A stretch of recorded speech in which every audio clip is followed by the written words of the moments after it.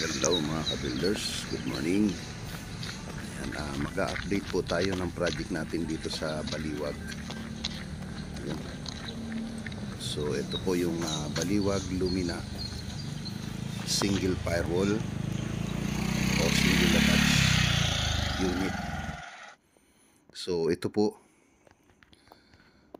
dalawang kwarto, dalawang CR, taas at baba. Tapos mayroong walk-in closet. So actually mga ka-builders, nandito na po kami sa pagpipinising o pagpa-plastering. Ayan. Okay. So ayan mga ka-builders.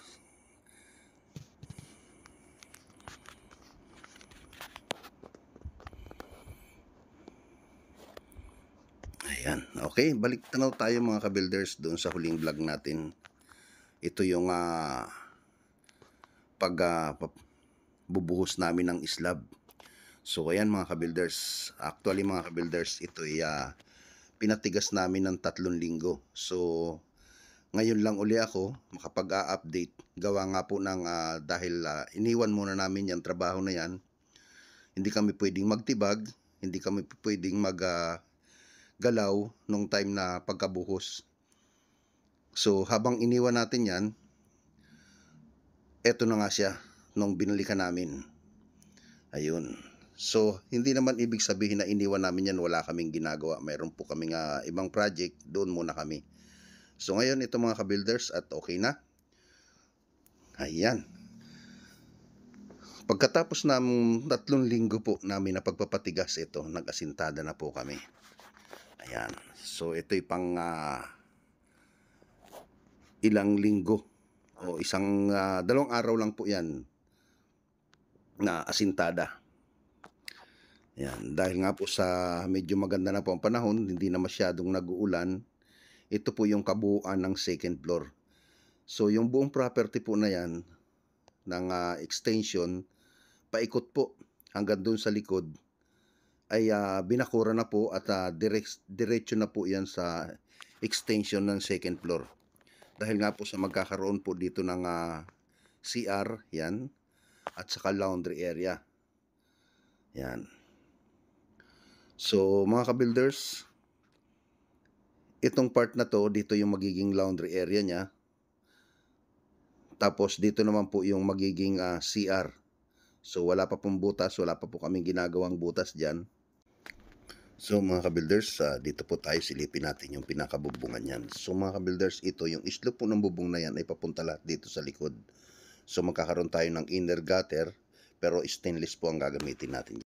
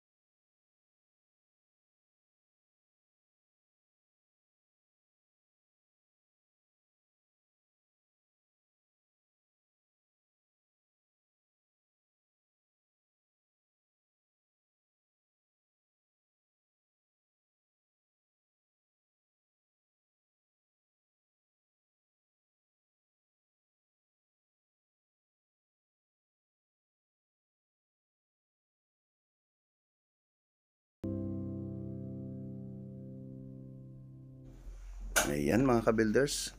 So, siya nga pala.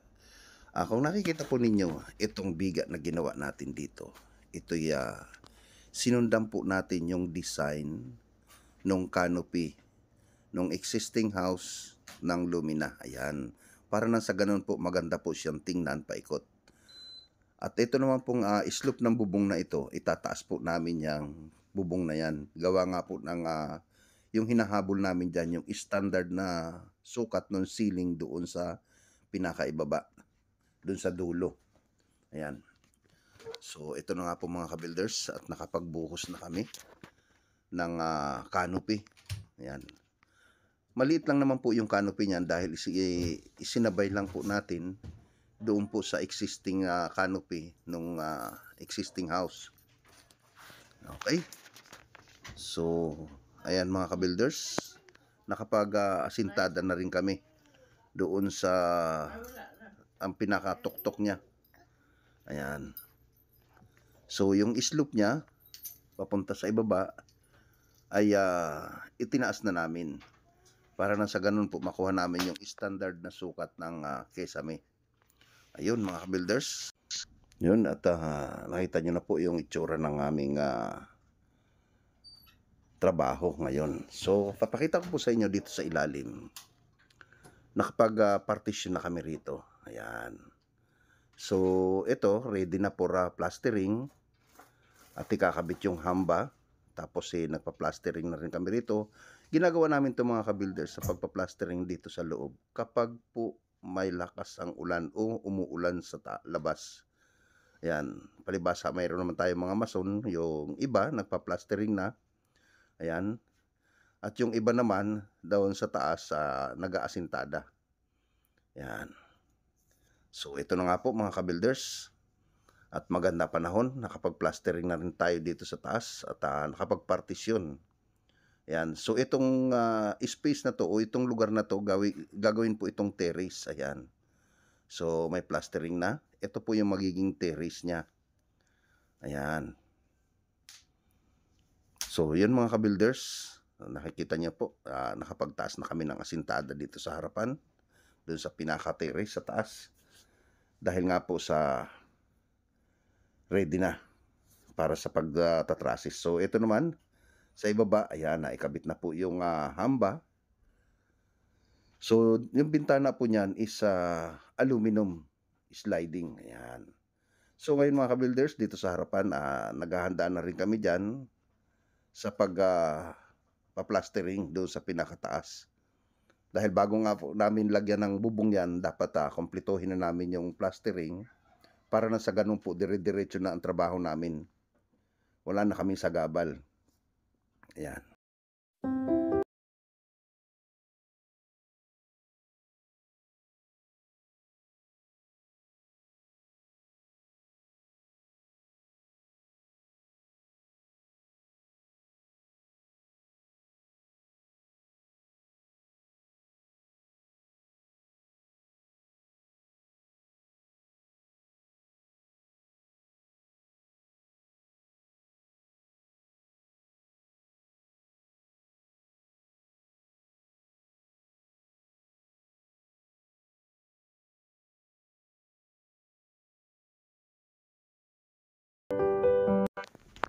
So, ayan mga ka-builders, update naman tayo sa taas ngayon magpa-plastering. Ayan. So, bago tayo magpatuloy mga ka-builders, isa munang shout out. Ayan. Kay Ma'am Rhea Bustamante at Todi Quintos. Ayan, shout out po ako sa inyo, Ma'am and Sir. Kay paring Eddie Rayray, paring Eddie at si Maring Grace. Ayan, shout out po ako sa inyo. Sa ating bagong kaibigan, Lolo RD TV. Shout out boss. Lee and Aki Builders. Ay, shout out Sir Lee. Kay Chris Buban, shout out ako sa iyo, sir. At sa masugid nating taga-subaybay si Randy Aquino. Ayan. Kay Mamintal ng Montera Verde dito sa Tansa. Ayan, shout out po ako sa inyong lahat. Okay? So, ayan mga ka-builders, at nakapag-plastering na nga tayo dito sa taas, ngunit hindi pa kompleto. Ayan, so iiwanan ko po muna sa inyo itong parte na ito at magkikita-kita po muna tayo. Makikita-kita naman tayo sa susunod nating vlog. So siguro magpapagitan tayo ng mga ilang araw doon sa ating paglalatag na po ng trusses at barakilan. Ayan mga kabuilders. So ayan, at makinis na. Maayos na po dito sa taas ang plastering. So at ready na po kami sa paglalatag ng trusses at barakilan. Nang sa ganun po, lalo na ngayon, laging umuulan. Okay? So ayan mga kabuilders, hanggang dito na po muna muli. At kita-kita tayo sa susunod nating vlog. Maraming salamat po sa inyong lahat. Doon sa mga nagtitiwala sa atin.